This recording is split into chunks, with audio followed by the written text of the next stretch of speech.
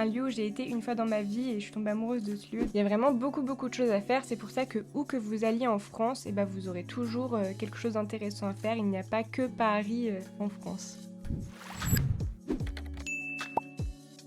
Bonjour à tous et bienvenue dans cette première vidéo dans laquelle nous allons vous apprendre à parler en français de façon authentique.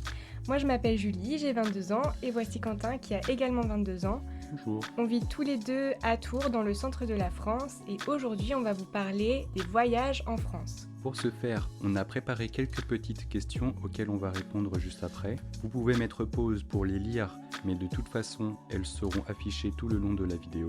Et donc l'idée, c'est que vous écoutiez notre conversation et que vous vous habituez à entendre du français à un rythme normal, car il est vrai que dans le cadre de la vidéo, nous, on articule et on parle lentement, mais ce n'est pas le cas de tous les Français.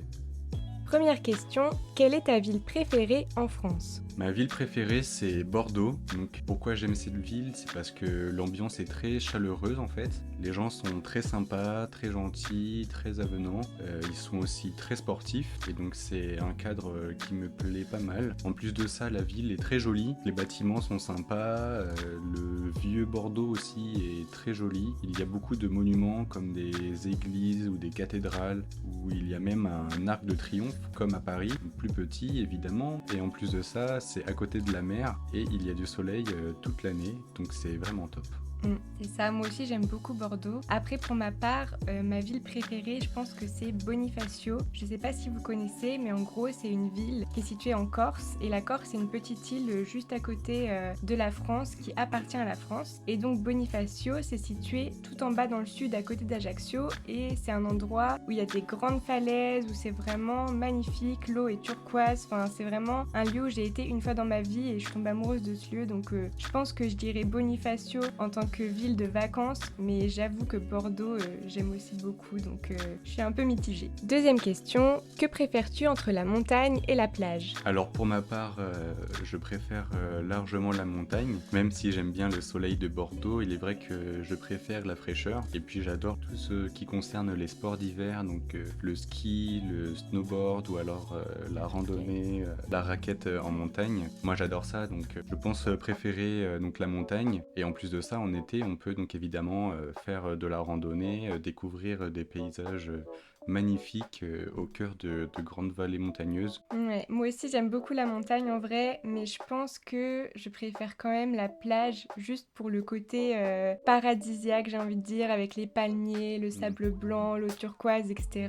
Après ça dépend où, parce que si on va à la plage dans le nord de la France, bah clairement dans l'eau on voit pas forcément nos pieds, c'est assez sombre, il fait froid, donc bon je dirais la plage, mais plutôt la plage paradisiaque quoi. Troisième question, quel est le meilleur moment pour voyager en France ? Alors si vous voulez voyager tranquillement en France, je vous conseille d'y aller en dehors des vacances scolaires, c'est-à-dire en février, en juin et en septembre, parce qu'en fait, durant ces périodes-là, il y a tous les enfants et toutes les familles qui vont aller faire des activités toutes en même temps, et donc toutes les autoroutes seront bondées, elles seront bouchées, les activités également seront bondées, il y aura beaucoup de monde et vous aurez beaucoup d'attentes, et c'est pour ça que je vous conseille d'y aller en dehors des vacances scolaires. Quatrième question, parle-nous de ton voyage favori en France. Alors, mon voyage favori, notre voyage favori, c'était à Toulouse, lorsqu'on a été visiter en fait le centre aéronautique de Toulouse. Donc, c'était plutôt sympa parce que déjà la ville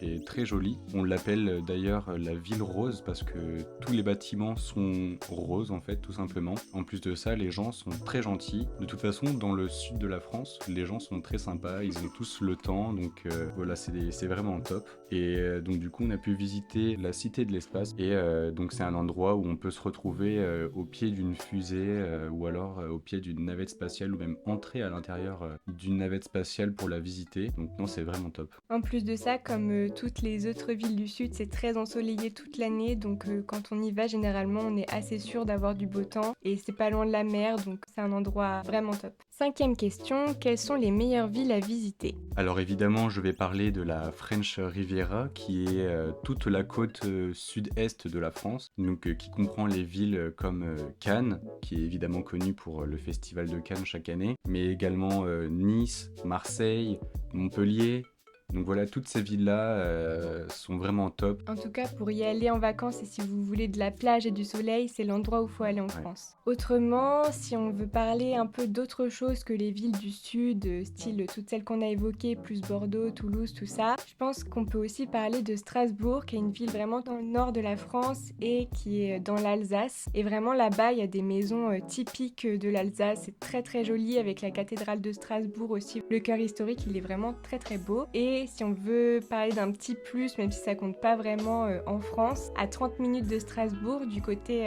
Allemagne, il y a le parc d'attractions Europa Park, qui est un parc européen et qui est vraiment top. Donc bon, on peut concilier le fait d'aller à Strasbourg pour pouvoir voir les belles choses, mais aussi pour pouvoir aller s'amuser un peu à côté. Et puis en plus de ça, si vous avez la chance d'y aller en hiver, il y a le marché de Noël, qui est un des plus beaux et plus grands marchés de Noël d'Europe. Vraiment, c'est une expérience à ne pas manquer. Et ensuite, je pense qu'on peut en dernière ville évoquer Lyon. Ouais, Lyon, qui est la capitale mondiale de la gastronomie. Donc en fait, dans cette ville, on va trouver beaucoup de restaurants français, mais également des restaurants étrangers, style indien, thaïlandais, mexicain. Toutes les origines. Vous pouvez trouver tout ce que vous voulez. Donc voilà, donc si vous voulez bien manger, c'est à Lyon qu'il faut aller. 6e question, c'est quoi l'avantage de voyager en France? Alors je dirais que l'avantage de voyager en France, c'est vraiment le fait que ce soit au centre de l'Europe. On a accès un peu à tous les autres pays alentours, l'Angleterre, l'Allemagne, l'Italie, l'Espagne, etc. Donc on est vraiment au centre, ça c'est génial. Et évidemment, il y a vraiment un panel énorme de choses à faire en France. On a tout type de paysages, que ce soit la plage, la montagne, les plaines, les forêts. Vraiment, c'est très vaste. On a de quoi faire un peu partout. Et chaque région est vraiment, je sais pas comment dire, vraiment typique. C'est-à-dire propre à elle-même. Voilà, chaque région est propre à elle-même et on peut faire vraiment ce qu'on veut. Par exemple, en Ardèche, on peut faire du canyoning dans les grandes falaises. Quand on va dans le centre, on peut voir les châteaux de la Loire qui sont vraiment très connus. Il y a vraiment beaucoup de choses à faire. C'est pour ça que où que vous alliez en France, vous aurez toujours quelque chose d'intéressant à faire. Il n'y a pas que Paris en France. 7e question, quelle est la destination la plus populaire à faire en France? Du coup, comme je viens de parler de Paris, on va enchaîner dessus. Quand on pense à la France, on pense tout de suite à Paris, ça c'est sûr, et c'est pour une bonne raison. Déjà, c'est la ville romantique. Quand on en parle, c'est vraiment la ville des amoureux, là où tout le monde se retrouve pour passer du bon temps, etc.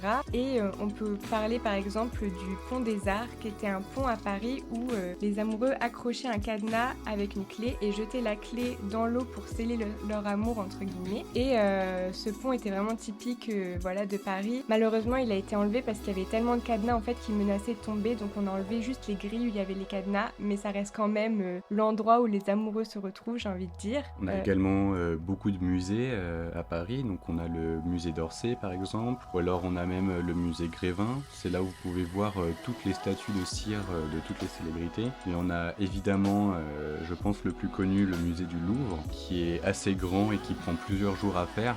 Avec la Joconde. Voilà, avec la Joconde. Donc si vous y allez, je vous conseille d'y aller sur plusieurs jours. Voilà, il y en a plein d'autres, comme le Muséum d'histoire naturelle et tant d'autres. C'est ça, et puis pour finir, je pense qu'on peut parler aussi de l'architecture qui est typiquement parisienne, avec les immeubles qu'on reconnaît bien, un peu comme dans Ratatouille. Je sais pas si vous avez vu les dessins animés, mais c'est vraiment pareil. Et on peut aussi parler des monuments, comme la Tour Eiffel, l'Arc de Triomphe, les choses vraiment très très connues de Paris. Donc c'est vrai qu'elle est reconnaissable et c'est pour ça que tout le monde y va. Et si vous voulez y aller, clairement allez-y, hein, c'est magnifique. Donc voilà, c'est terminé pour cette première vidéo. J'espère qu'elle vous a plu et que vous avez appris quelque chose. N'hésitez pas à vous abonner, à la partager et à cliquer sur la petite cloche de notification. En tout cas, nous c'était un plaisir et puis on se dit à la prochaine.